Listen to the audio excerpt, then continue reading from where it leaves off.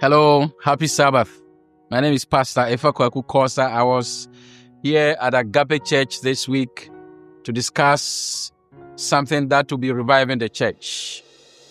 We delved into 4 main subjects. The first one was the blind ophthalmologist. And we discussed what it means to accept to be spiritually poor. The church of Laodicea, in Revelation chapter 3, verse 14 to 22, never accepted that they were blind, naked, wretched, poor, and pitiful. But Jesus told them exactly that it was due to their blindness that they did not see that they were poor and wretched and pitiful.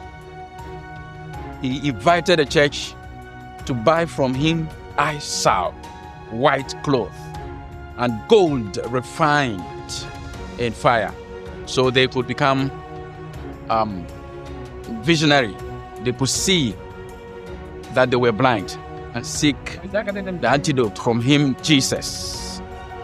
Being spiritually poor, not as someone sees it, but as I see it, is what Jesus invites us to come to.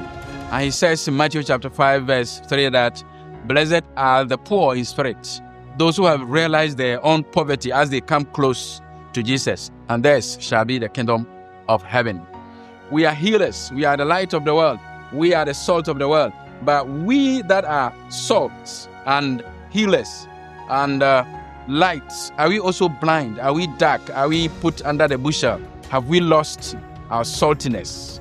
That is the message. And realizing that we have lost this saltiness and light and potency, we would run to Jesus for spiritual revival and rekindling.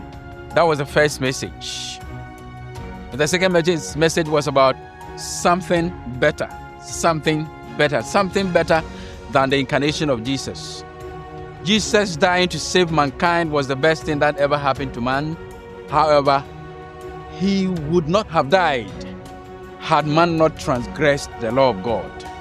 So there's something better than Jesus dying.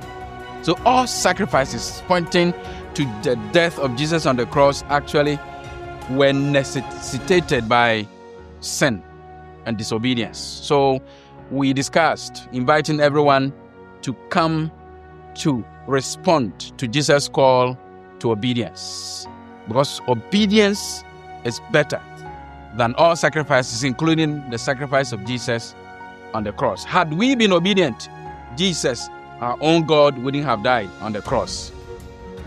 We went ahead to discuss faithfulness in 4. We are required to be faithful in 4 ways. Faithful in 4 ways. I call it the 4 T's. A lot of people have called it the 4 T's because we have to be faithful in the body temple. We have to be faithful in our treasure, the monies and all the possessions God gives us. We need to be faithful to the Lord in our talents, what we use our time and the skills God has given us for, and be faithful in our time management. We all have 24 hours, whether we are rich or poor, and what we make of the 24 hours determine whether we'll be rich or poor, whether we will be faithful to God or not. But we are called to be faithful in those 4 things.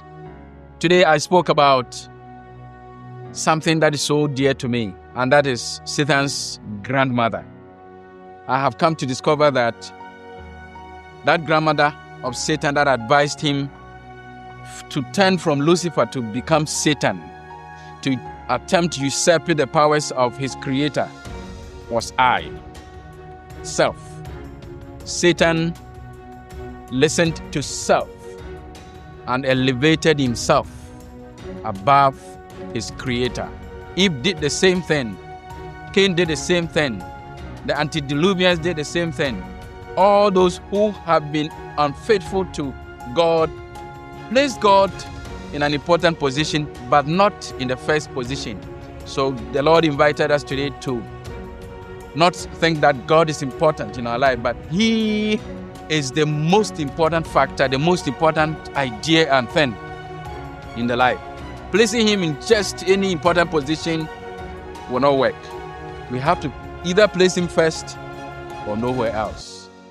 when we wear our dresses and make choices, when we choose our foods, our married partners, our occupations and jobs, when we decide what to do and what not to do, is God the biggest factor in our thoughts?